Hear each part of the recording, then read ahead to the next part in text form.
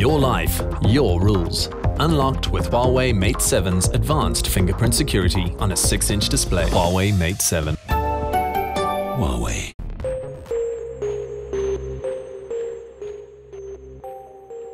We're in Cape Town for the Huawei Safe City Africa Summit, and this is a summit where we talk about urbanization and how urbanization is taking place at such a rapid pace globally. Africa is no exception. People are moving to the cities at an incredible pace, but are cities equipped technologically to deal with this? Safer cities means taking the technology that we're having around us, apply more technology, make the city safer, let the emergency services work better together, and just providing a more agile and more efficient emergency services team so that it gives citizens better quality life and a safer city. And this is what safer cities are all about in the technological world that we're living in, where everything is connected, where we've got the Internet of Things. Safer cities are the future cities. Jennifer, how important is ICT in making cities safer in today's world that we're living in? ICT is very important. Cities face an enormous range of challenges, and technology and the tools that are available to them now enable them to achieve some of their objectives more efficiently, more effectively, and with better outcomes. Are there any tangible examples that can be used that technology and safer cities and connected cities have helped authorities cope better with the influx of urbanization? There are a number of examples. If I look at transportation, for example, as more and more people come into cities, there is an increasing amount of traffic on the streets. So cities are using tolling mechanisms, are using metering mechanisms in order to control some of those flows of traffic into cities. In some cities, the traffic patterns are posing significant threats to pedestrians. So being able to better control traffic flows, better control transportation, that's one of the elements that they're able to use technology to do. This is all about video surveillance, and I'm looking at the video surveillance. We are being video surveillanced in the background over here, but video surveillance is key to making a city smart and safe. Actually, video surveillance is a key element in Safe City, and Safe City is a key element for smart cities.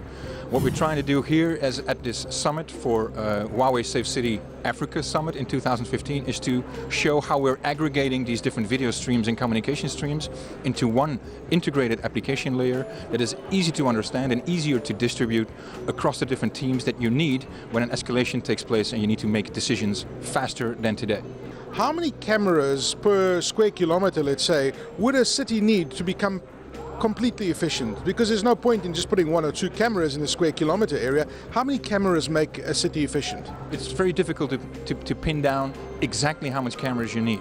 What you do need is a strong platform in the back end that is capable of understanding and taking in all these different feeds and combining them together if you want to do some video analysis or some reporting regarding it, or if you want to do some decision making based on the individual of the visuals and the individual information you're getting from different cameras. But it's amazing how camera technology has improved over the years. You know, I have facial recognition that plugs into a system. How sophisticated are these cameras? And if you could just run us through the range of them. I mean, I'm holding a pretty sophisticated one over here. What exactly does this one do, and how sophisticated are your cameras? And tell us a bit about facial recognition as well. Sure. This is a bullet camera. This one supports infrared. Normally speaking, in the evening, if I would be a burglar or something, I would clearly see that this type of camera would support infrared, so I need to go around, because the infrared part is a light that is briefly shown next to the lens. This type of camera makes use of a specific technology that we call invisible infrared. It's still an infrared camera, but when you look at the camera itself, it would not show the infrared beam, meaning a burglar would see a camera thinking probably a regular camera and could go through. With specific appliances at the back end, which this camera would be following up with, so we can add specific video analytics software to this camera from a system in the back end. We can apply specific technology like a tripwire kind of, or specific area for intrusion prevention, intrusion detection, or in object removal or object fixed placing, and facial recognition. We could add a database of, let's say, criminals that has gotten away or that escaped out of a prison. We got some visuals of them in a database, and we can connect that database through authorities and police departments to make use of scanning many hours of information to find the right person, where did he go, where did he came from, and where is he going to. There is no doubt that technology is making cities safer. Safer cities equal better cities equal happier citizens. And if you look at the technologies that are used, for example, video surveillance, the one that you're currently watching right now, has become quite sophisticated because we've got facial recognition. You're able to spot the criminals a lot quicker. And yes, sure, it might be a bit big brotherish if you think about it when you have these cameras following you all over the city. Think about the cities that have deployed this kind of technology. Cities like London, where you get caught on camera on average like 300 times a day.